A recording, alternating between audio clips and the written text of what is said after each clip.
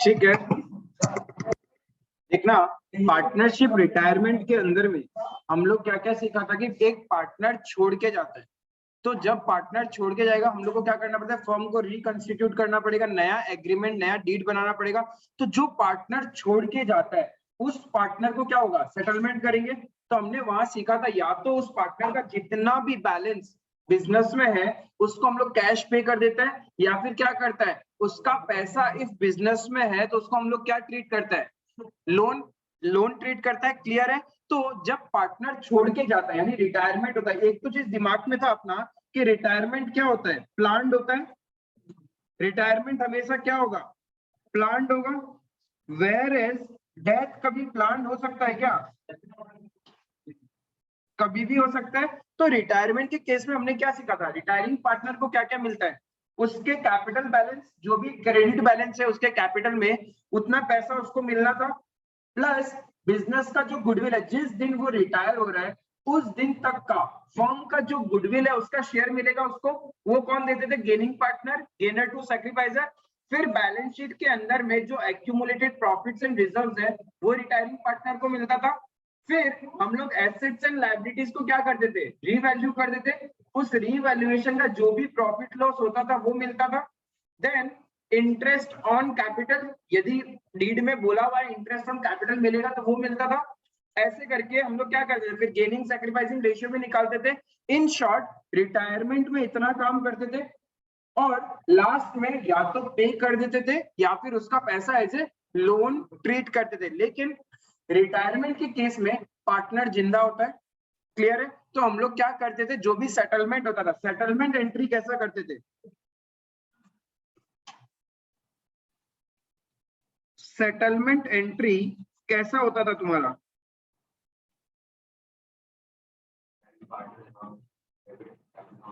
Retiring partner capital account debit to cash और bank to retiring partner loan account. यानी suppose retiring partner का नाम x है तो एक्स कैपिटल से हटके क्या हो जाएगा, एक्स लोन हो जाएगा। लेकिन उस इंसान का नाम अभी भी है बिजनेस में, पहले एज ए कैपिटल था और अब क्या है, एज ए लोन। लेकिन कंपैरिजन क्यों किया ऐसा, ताकि हमें समझ में आए कि डेथ के केस में ऐसा कुछ नया नहीं सीखने वाले। पहला चीज दिमाग में जो रखना है डेथ के केस में क्या होता है कि death is an unplanned scenario, वो कभी भी हो सकता है। ठीक है, डेथ प्लान करके नहीं मरता कोई भी इंसान, क्या होगा, कभी भी लुढ़क जाएगा। तो जब वो लुढ़क जाएगा तो एक बात बताओ, उसको मिलेगा या उसके नॉमिनीज को पैसा वगैरह मिलेगा, यानी उसको तो कभी कुछ नहीं मिलने वाला। तो एक चीज दिमाग में रखना, यहाँ पे देखो हमने रिटायरमेंट के केस में क्या किया था, उसी पर्सन को पे कर रहे थे। Where is in case of death, in case of death सबसे पहले क्या करेंगे हम लोग, वो जो पार्टनर मर गया है उसका जितना भी बैलेंस है it will be transfer to his executor. Nominee को क्या बोलते हैं हम लोग, एग्जीक्यूटर बोलते हैं। फिर हम एग्जीक्यूटर को पे करेंगे। क्लियर है। तो यानी ऑन सेटलमेंट एंट्री क्या होने वाला है मेरा यहाँ पे,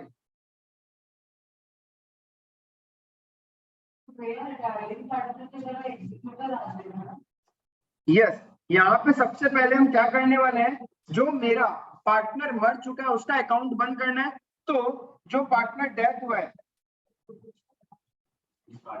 यस डिसीज पार्टनर बोल दो, या फिर डिसीज पार्टनर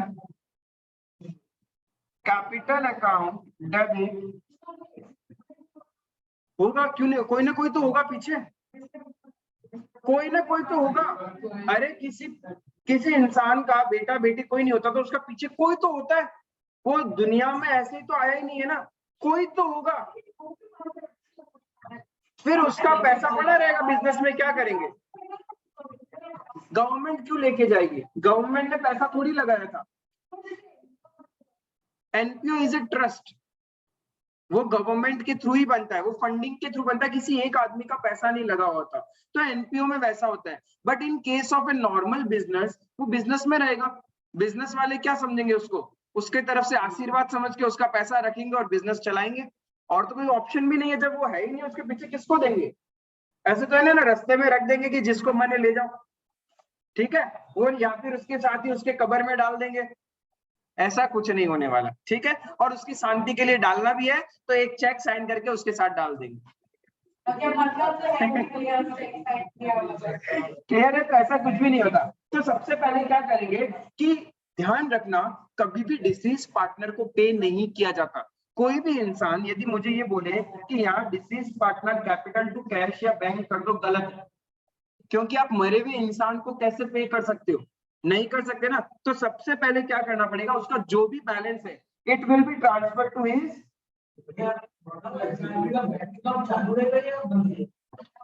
नहीं वो बंद करवाया जाता है, बंद होता नहीं है, बंद करवाया जाता है डिक्लेरेशन देके।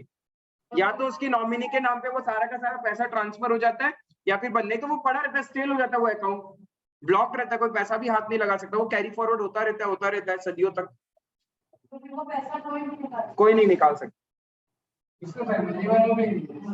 नहीं, फैमिली हुआ तो निकाल ही सकता है, फैमिली हुआ तो निकाल सकता है।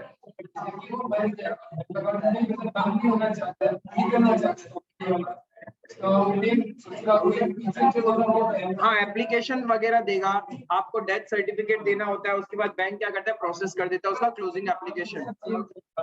हाँ, एवरीथिंग एवरीथिंग एवरीथिंग। हाँ, तो क्लियर है, पहला एंट्री क्या करने वाले अपन, ये होगा। उसके बाद में क्या होगा, फिर हम एग्जीक्यूटर को पे करते हैं, या तो क्या करेंगे पे कर देंगे, या फिर उसका पैसा बिजनेस में ही पड़ा है, एग्जीक्यूटर बोलता है कोई बात नहीं बिजनेस में पड़ा रहने दो, तो हम लोग क्या किस में ट्रांसफर करेंगे, एग्जीक्यूटर लोन अकाउंट। ये ध्यान रखना, हमेशा पार्टनरशिप में इंटरेस्ट रेट जब जब साइलेंट है @6% per annum, executor loan account. Clear है। और एक चीज ध्यान रखना, इसको हम लोग नॉन करेंट लायबिलिटी मानते हैं, इसको भी नॉन करेंट लायबिलिटी मानते हैं। और इन दोनों पे इंटरेस्ट @6% पर एनम होगा if पार्टनरशिप डेट साइलेंट है तो। इन दोनों पे इंटरेस्ट @6% पर एनम होगा। क्लियर है। अब देखो एक चीज तो समझ में आ गया, जब पार्टनर मरेगा तो हम लोग उसको पे नहीं करेंगे, सबसे पहले उसका बैलेंस उसके एग्जीक्यूटर में डालेंगे, फिर एग्जीक्यूटर को या तो पे करेंगे या फिर पे नहीं कर रहे हैं तो पूरा का पूरा पैसा उसके लोन अकाउंट में चला जाएगा, उसको लोन ट्रीट करेंगे बिजनेस में। अब सबसे पहला काम क्या है, बैलेंस निकालना जो पार्टनर मरा है, तभी तो आप ये एंट्री कर पाओगे। तो जो मरा हुआ पार्टनर है उसको बिजनेस में क्या क्या मिलना चाहिए, मतलब जिस दिन वो मरा है उस दिन तक उसको बिजनेस में क्या मिलना चाहिए, उसका कैपिटल का बैलेंस, उस दिन तक का गुडविल का हिस्सा, वही एक्यूमुलेटेड प्रॉफिट्स एंड रिजर्व्स का हिस्सा, रीवैल्यूएशन का प्रॉफिट लॉस का हिस्सा, कोई इंटरेस्ट ऑन कैपिटल का क्लॉज था तो वो मिलेगा उसको। फिर हम लोग क्या करेंगे, और एक चीज जो रिटायरमेंट के केस में नहीं मिलता है, क्यों, क्योंकि रिटायरमेंट प्लान्ड होता है वेयर इज डेथ अनप्लान्ड होता है। जैसे कि एग्जांपल 1 अप्रैल 2021 फाइनेंशियल ईयर स्टार्ट हुआ, राइट, और खत्म कब होगा 31 मार्च 2022 को। नाउ लेट्स सपोज यहाँ 3 पार्टनर थे XYZ, क्लियर है। तो उसमें से Z का डेथ हो गया, इनका रेशियो था 3:1, क्लियर है। Z मर गया, लेकिन कब मरा, यहां नहीं,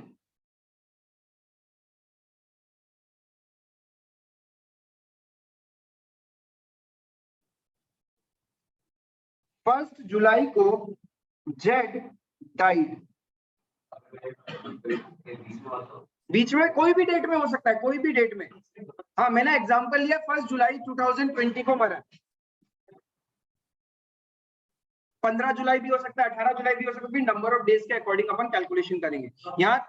हाँ, अब देखो वो 1 जुलाई 2021 को मरा है, तो जिस दिन मरा है उस दिन हम बिजनेस को स्टॉप तो नहीं करेंगे ना कि हम लोग बुक्स ऑफ अकाउंट्स क्लोज करें फिर से करें, ऐसा तो नहीं होगा, बिजनेस कंटिन्यूएशन में चलता है। तो जिस दिन मरा है उस दिन का उसका बैलेंस निकालना है, उस दिन का बैलेंस निकालना है, तो ये सारी चीज तो देनी पड़ेगी उसको, प्लस उसको क्या देना पड़ेगा, क्योंकि देखो उसने क्या किया है, 1 अप्रैल से लेके यहां तक हमारे साथ काम किया है ना, तो वो क्या बोलेगा, उसके पीछे जो एग्जीक्यूटर होगा उसका जब हम अपन हिसाब निकालेंगे वो क्या बोलेगा, अप्रैल मई और जून ये 3 मंथ्स क्या उसने हमारे साथ बिजनेस किया था। हाँ, रिटायरमेंट प्लान होता है, रिटायरमेंट या तो 31 मार्च को करता है वो या 1 अप्रैल को करता है, तब कोई प्रॉफिट होता ही नहीं है, नॉर्मली नहीं करता। जब बीच में करने जाता तो अपन बोलते हैं काम करो थोड़ा दिन तक और कंटिन्यू कर लो, हम लोग बाद में रिटायर कर लेना। हाँ, प्लान होता है, क्योंकि उसमें हम लोग रोक सकते हैं, हमारा कंट्रोल है, कोई पार्टनर छोड़ के जाता है तो हम लोग उसको बोल सकते हैं ना एक काम कर यार 2 महीना और काम कर ले फिर तू चले जाना, क्लियर है। लेकिन डेथ में तो ऐसा नहीं बोल सकते ना, आखिरी सांस में बैठ भाई प्लीज प्लीज थोड़ा देर 2-3 महीना और रुक, फाइनेंशियल ईयर खत्म हो जाएगा, बैलेंस शीट बनाएंगे तो हिसाब अच्छे से होगा, ऐसा तो नहीं हो सकता, क्लियर है। तो क्या होगा, जिस दिन मरेगा उस दिन सबसे बड़ी कैलकुलेशन डेथ के केस में क्या है, उस दिन का प्रॉफिट कैलकुलेट करना। Normally profit is calculated at the end of the year. हमारा प्रॉफिट एंड लॉस अकाउंट कब बनता है, इस डेट में बनता है ना। अब हम एक पार्टनर मर गया तो क्या हम प्रॉफिट एंड लॉस अकाउंट यहां बनाने बैठ जाएंगे क्या, कभी भी नहीं बनाएंगे, क्लियर है। तो मुझे क्या करना है, सबसे पहले इस 3 महीने का, 3 महीना उसने हमारे साथ काम किया, इस 3 महीने का प्रॉफिट कैलकुलेट करना पड़ेगा। इस 3 महीने में बिजनेस ने जितना प्रॉफिट कमाया है उसमें जितना हिस्सा इसका बनता है वो उसको मिलना चाहिए ना, क्लियर है। तो वही कैलकुलेट करना डेथ में नया है, बाकी कुछ भी नया नहीं है। 2 चीज नहीं है, पहली चीज क्या है, जिस दिन मरा from the starting of the year till the date of death हम लोग को क्या करना है, प्रॉफिट कैलकुलेट करना है। सेकेंडली, जब आप सेटलमेंट करोगे तो आप डायरेक्ट जो पार्टनर मरा है यानी डिसीज पार्टनर को पे नहीं करोगे। First of all his balance will be transfer to his executor account, फिर हम लोग क्या करेंगे, या तो एग्जीक्यूटर को पे करेंगे या फिर उसका पैसा एग्जीक्यूटर के लोन में ट्रांसफर कर देंगे। बस ये 2 ही नया चीज है in compare to the retirement, बाकी वही गेनिंग रेशियो, वही सैक्रिफाइसिंग रेशियो, वही गुडविल का ट्रीटमेंट। हाँ हाँ, इसीलिए तो बोला या तो उसके लोन को ट्रीट कर लेंगे हम लोग, ऐसा हो सकता है। और उस लोन पे फर्म जो है इंटरेस्ट भी देगी at the rate 6% per annum. यदि कुछ नहीं लिखा हुआ, पार्टनरशिप डीड साइलेंट है, तो हमेशा interest on loan at the rate 6% per annum होगा, क्लियर है। अब देखो एक चीज समझ में आया कि बिजनेस इस डेट में प्रॉफिट एंड लॉस अकाउंट तो नहीं बनाएगा। नॉर्मल प्रॉफिट या लॉस जब डिस्ट्रीब्यूट करते हैं तो अकाउंटिंग एंट्री क्या होता है, नॉर्मल जब ईयर एंड में होता है, ईयर एंड में कुछ करते हैं काम, तो हमारी अकाउंटिंग एंट्री क्या होती है। सपोज बिजनेस को प्रॉफिट हुआ है तो प्रॉफिट डिस्ट्रीब्यूशन का अकाउंटिंग एंट्री क्या होता है, क्या होता है,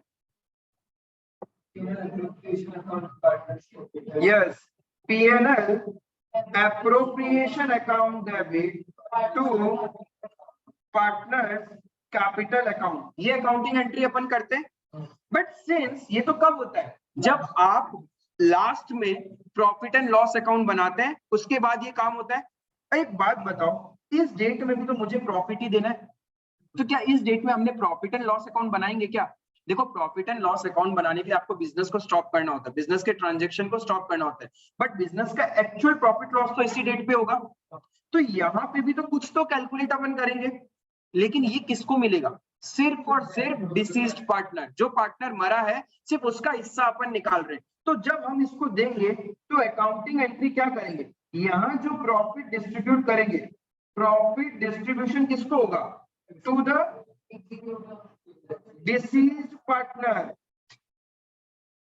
यहां तो हम प्रॉफिट किसका निकाल रहे हैं, डिसीज्ड पार्टनर, जो पार्टनर मरा है उसका हिस्सा निकाल रहे हैं ना।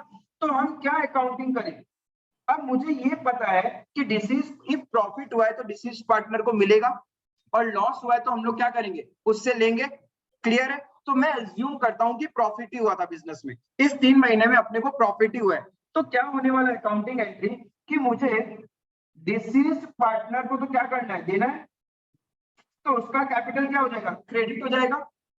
डेबिट किसको करें, अभी अभी आपने देखा जब प्रॉफिट डिस्ट्रीब्यूट करते हैं तो एंट्री क्या होता है, profit and loss appropriation account debit to partners capital account. ये भी तो क्या कर रहे हो तुम, प्रॉफिट ही बांट रहे हो ना। क्या आपने actual profit and loss account बनाया, क्या नहीं बनाया। एक्चुअल प्रॉफिट एंड लॉस तो यहां बनता है। तब फिर हम क्या करें, किस अकाउंट को डेबिट करें, पार्टनर्स क्यों देंगे, जो बचे हुए पार्टनर है वो क्यों देंगे, ये तो बिजनेस का प्रॉफिट है ना, तो बिजनेस ही देगा। तो क्या ऐसा करें कि हमें याद में रहे कि ऐसा कुछ प्रॉफिट के साथ किया था, इसलिए एक नया अकाउंट ओपन किया जाता है, उसको हम लोग बोलते हैं प्रॉफिट एंड लॉस। क्लियर है, कोलैटरल सिक्योरिटी में भी सीखा था डिबेंचर सस्पेंस। यहाँ पे एक्चुअल प्रॉफिट तो ये है नहीं, बट सिंस उसका हिसाब करना है तो हमने क्या किया, एक बार के लिए profit and loss suspense account को डेबिट कर दिया और मरे हुए पार्टनर को उसका हिस्सा दे देंगे। यहाँ उसका हिसाब हो गया और लास्ट में ईयर एंड में ये अकाउंट प्रॉफिट एंड लॉस में जाके अपने आप बंद हो जाएगा। This account will be transfer to profit and loss account, तो ये ऑटोमेटिकली क्लोज हो जाएगा ईयर एंड में। समझ में आया। डेथ के केस में नया क्या है, फिर से बताना। पहला चीज, जिस दिन वो मरा है उस दिन तक का प्रॉफिट कैलकुलेट करना और डिसीज पार्टनर को उसका हिस्सा देना। क्लियर है।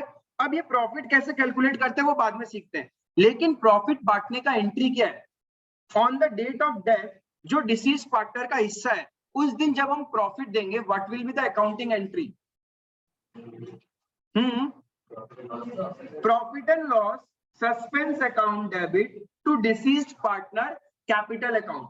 क्लियर है। और बाकी सारा काम, बाकी ईच एंड एवरीथिंग जो आप रिटायरमेंट में कर रहे थे वो सेम है। इसका वही करना है गेनर टू सैक्रिफाइसर, इसका भी वही करना है एक्यूमुलेटेड प्रॉफिट्स एंड रिजर्व्स का भी, प्रॉफिट और लॉस ऑन रीवैल्यूएशन वही काम करना है आपको, इंटरेस्ट ऑन कैपिटल वही चीज करना है। क्लियर है। पहला डिफरेंस समझ में आया। पहला क्या करना है, जिस दिन मरा उस दिन का प्रॉफिट कैलकुलेट करो और उस प्रॉफिट को डिस्ट्रीब्यूट करने का अकाउंटिंग एंट्री क्या होगा, profit and loss suspense account debit to deceased partner capital. फिर बाकी सारा बैलेंस उसका निकाल लो। अब मुझे टोटल बैलेंस पता चल चुका है, टोटल बैलेंस हमने फाइंड आउट कर लिया कि उसको कितना पैसा मिलना है। अब इसको क्या करेंगे, डायरेक्ट पे कर देंगे क्या, तो क्या करेंगे, it will be first transferred to his executor account। पहले उसके एग्जीक्यूटर अकाउंट में, देखो मैंने यहाँ लिखा सेटलमेंट एंट्री, सबसे पहले क्या करेंगे, जो भी बैलेंस होगा पहले उसके एग्जीक्यूटर, एग्जीक्यूटर का मतलब नॉमिनी, जो पीछे बचा होगा बेटा बेटी बहू जो भी है, क्लियर है, एक्स वाई जेड जो भी पर्सन है उस एग्जीक्यूटर के अकाउंट में डाल देंगे और बाद में क्या करेंगे, उसको या तो पे कर देंगे या फिर that amount will be treated as loan in the business। Clear है। और हमेशा ध्यान रखना ये लोन कहां दिखेगा, बैलेंस शीट में, नॉन करेंट लायबिलिटी में। और इसके ऊपर कुछ नहीं बोला, बाय चांस थ्योरेटिकल क्वेश्चन आ गया तो इंटरेस्ट किस रेट से होगा, 6% पर एनम। ठीक है, ये सारा डिस्कशन क्लियर है। Now the main motive is ये प्रॉफिट कैसे कैलकुलेट करें। ठीक है, चलो इतना पार्ट लिख लो, ये टाइम ग्राफ बना लो।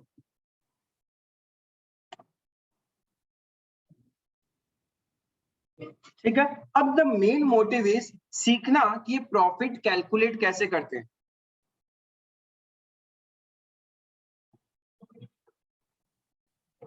Calculation of profit on the death of deceased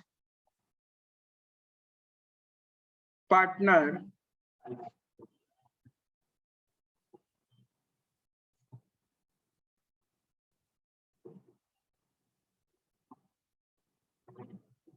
it can be calculated in two ways। अरे जस्ट लिख रहा है, समझा थोड़ी रही तो जस्ट लिखना है। दो तरीके से, एक समय के हिसाब से दूसरा टर्नओवर के हिसाब से।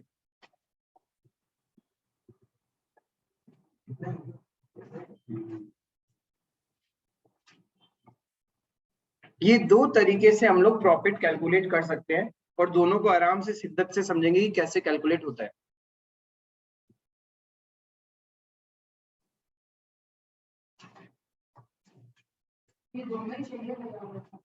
हाँ हाँ, दोनों ही मेथड चाहिए।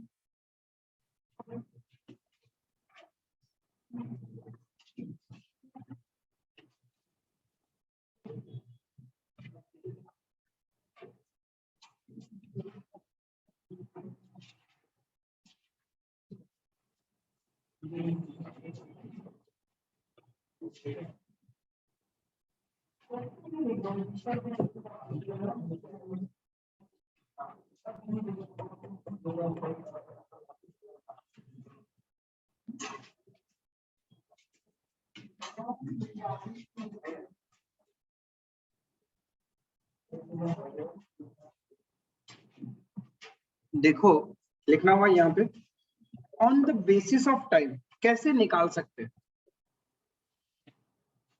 पहला डिस्कशन है अपना, हाँ डे समझ लो, मंथ समझ लो, on the basis of time कैसे निकालेंगे प्रॉफिट।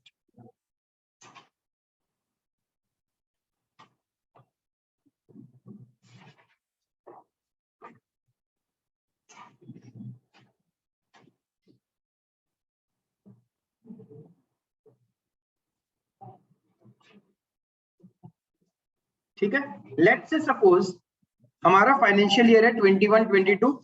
1 जुलाई को क्या हुआ, एक पार्टनर का डेथ हो गया। ABC 3 पार्टनर्स है अपने,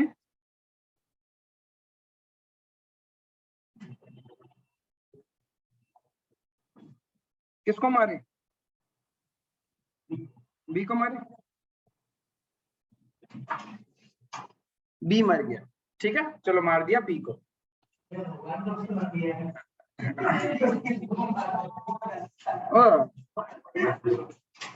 कोई मारो। हमें क्या करना है, बी ने स्टार्ट ऑफ द ईयर से लेके till the date of death कितने महीने हमारे साथ काम किया, 3 मंथ्स, कंप्लीट 3 मंथ्स। अब इसका प्रॉफिट कैलकुलेट करना। इफ क्वेश्चन ऐसा दे सकता है तुम्हें, profit of previous year was ₹12 lakh,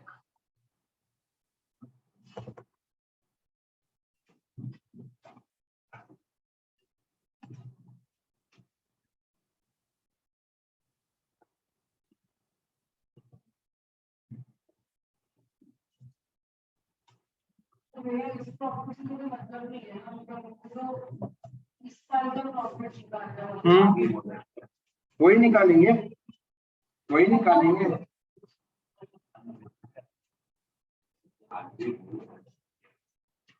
ठीक है, तो यहाँ पे देखो मुझे कुछ इंफॉर्मेशन नहीं है, करना क्या है, on the basis of time. अब on the basis of time का मतलब होता है तुम पिछले प्रॉफिट को एनालाइज करो। मैं ऐसा बोल सकता हूँ, इस लाइन का मतलब ये है कि लास्ट 12 मंथ्स काम करके हम लोगों ने 12 लाख रुपए कमाया था। ठीक है, तो 3 महीना काम करके कितना कमाएंगे, that's on the basis of time. If 12 months work करके हमने कितना कमाया, 12 लाख, तो 3 महीना काम करके कितना कमाएंगे, 3 लाख रुपए। इसको बोलते हैं on the basis of time. ये थोड़ा सा और घुमाया जा सकता है, कैसे, ये समझ में आया कि इस 3 मंथ का प्रॉफिट कितना आया, इसको बोलते हैं on the basis of time. और एक सिनेरियो ऐसा ही सोचो कि ये नहीं दिया हुआ, ठीक है, ये नहीं है, profit to be calculated on the basis of average profit of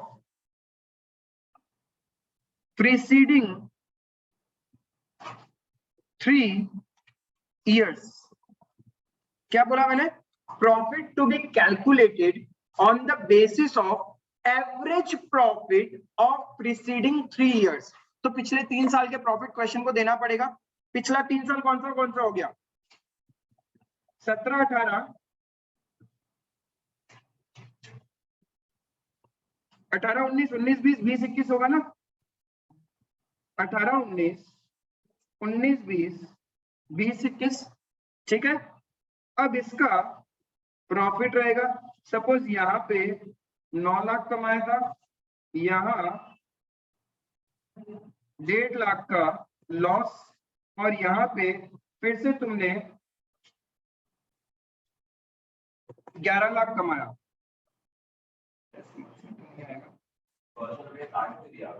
हाँ नहीं, फर्स्ट वाला सिनेरियो सपोज नहीं है. ऐसा सिनेरियो नहीं है तो क्या करेंगे? इसको 10.5 लाख कर दो. ठीक है. काटा नहीं है, जस्ट मैंने ऐसे ही बोला कि मानो कि नहीं है, वो है. ठीक है. वो एक सिनेरियो सिखाया मैंने. नॉर्मली टाइम बेसिस पे कैसे होता है. अब बताओ टाइम बेसिस पे कैसे निकालेंगे?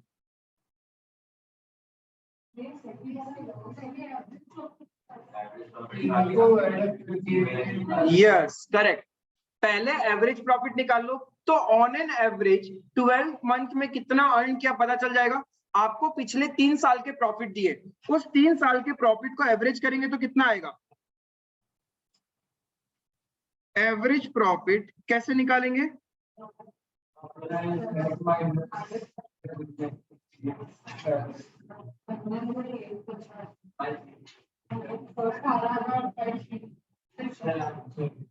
यानी on an average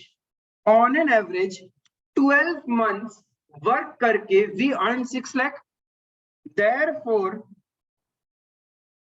profit for 3 months is equals to 6 lakh divided by 12 into 3. Right? This is on the basis of time. लेकिन एक बात बताओ, ये 1.5 लाख बी का शेयर है या फर्म का प्रॉफिट है फॉर 3 months? फर्म का प्रॉफिट है. राइट. देयरफॉर बी का शेयर कितना होगा?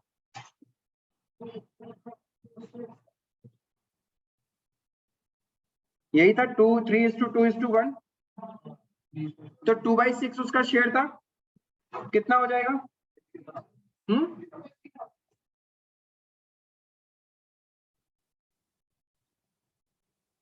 आया समझ में?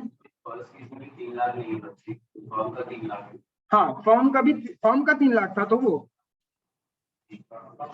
3 लाख का. देयरफॉर यहाँ पे बी का शेयर निकालना था तो कितना होगा? Into 2/6.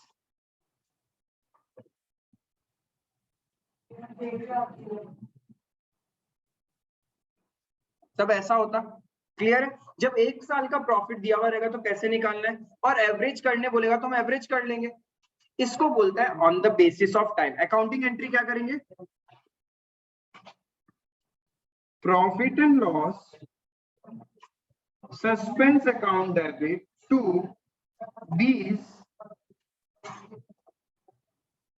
Capital account.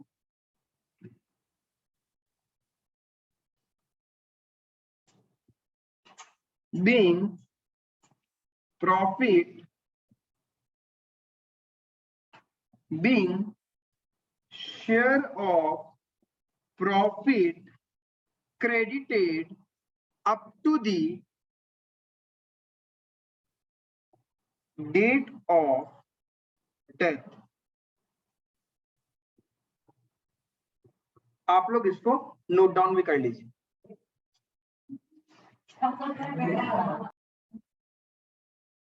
Now, I hope on the basis of time तुम लोग को एकदम क्लियर है कैसे कैलकुलेट करना है और क्या अकाउंटिंग एंट्री होने वाला है.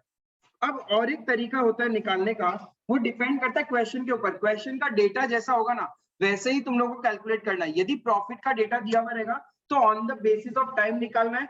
लेकिन यदि पिछले साल का टर्नओवर दिया हुआ रहेगा, सेल्स दिया हुआ रहेगा, तो क्या करना है, on the basis of sales calculate करना है। जैसे कि लेट्स से सेकंड सिनेरियो क्या है, ऑन द बेसिस ऑफ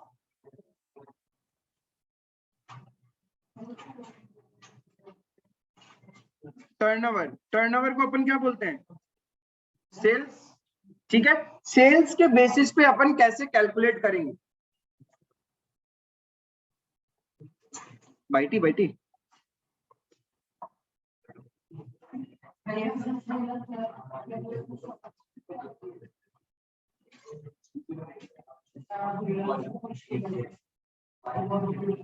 फिर से वही ए बी सी, नहीं सेम आदमी को मारेंगे बार बार। हाँ, डिपेंड्स अपॉन द डेटा, नहीं डिपेंड्स अपॉन द डेटा। यदि तुमको प्रॉफिट का डेटा दिया हुआ रहेगा तो on the basis of time है, और यदि तुम्हें टर्नओवर का डेटा दिया हुआ रहेगा तो on the basis of turnover रहेगा। हाँ राइट, कोई निकाल।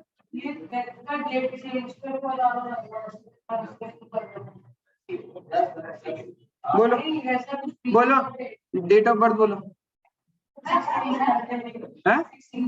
15 जनवरी पकड़।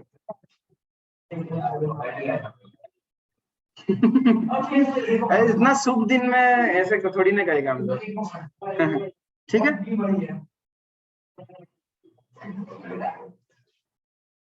ए मर जाता सपोज, ठीक है, उसने हमारे साथ कितने टाइम तक काम किया, कितने टाइम तक, कितने टाइम तक काम किया, क्या बात कर रहे हो,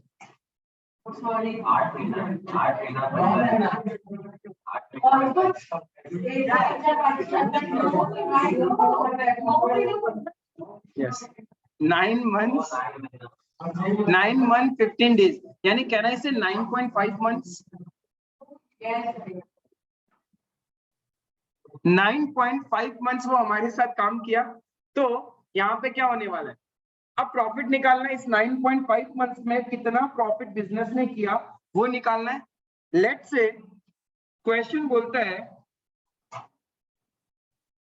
turnover of previous year was rupees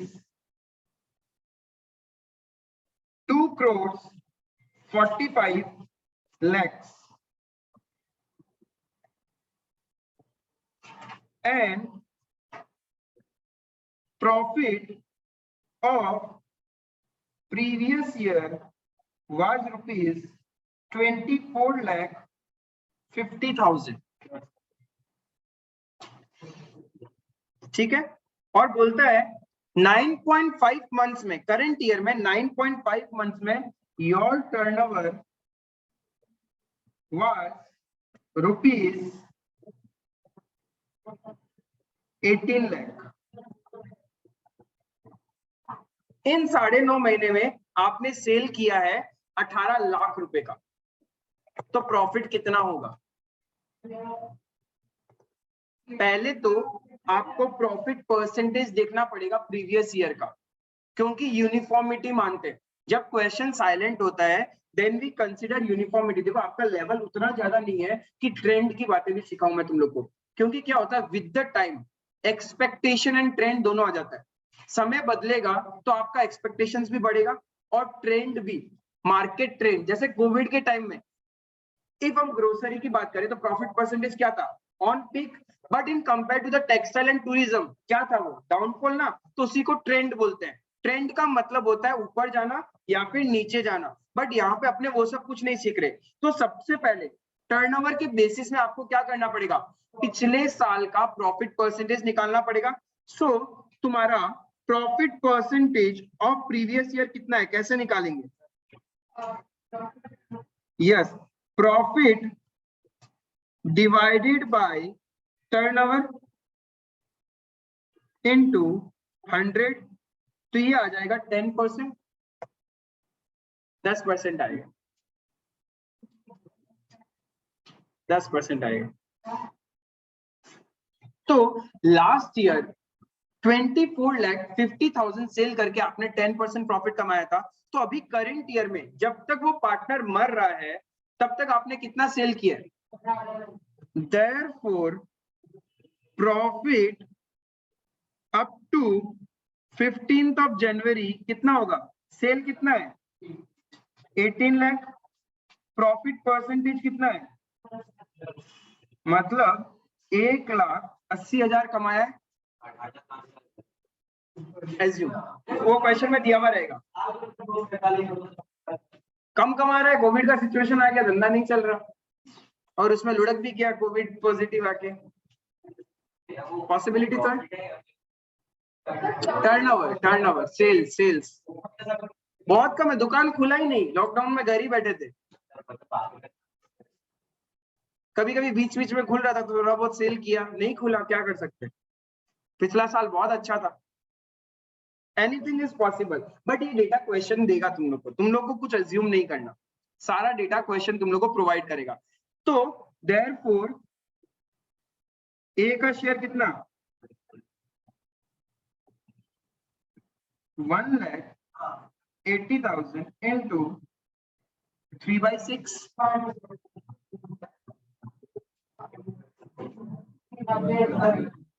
90,000. This is the way we calculate profit on the basis of turnover. बस ये दो ही तरीका होता है प्रॉफिट कैलकुलेट करने का, on the basis of time, on the basis of turnover. Yes, यही सिर्फ नया चीज है रिटायरमेंट के कंपेयर में, बाकी सब कुछ सेम है, बस क्या बदलेगा फिर लास्ट में जाके सेटलमेंट का टाइम। सेटलमेंट के टाइम क्या हो जाएगा? सबसे पहले जो पार्टनर मरा यानी डिसीज पार्टनर है उसका balance will be transfer to his executor, then executor को या तो हम पे करेंगे या फिर that amount will be transfer to executor loan account. इतना ही है तुम्हारा डेथ के अंदर में, और कुछ भी नहीं है। क्लियर है? समझ में आया? तो बस हो गया।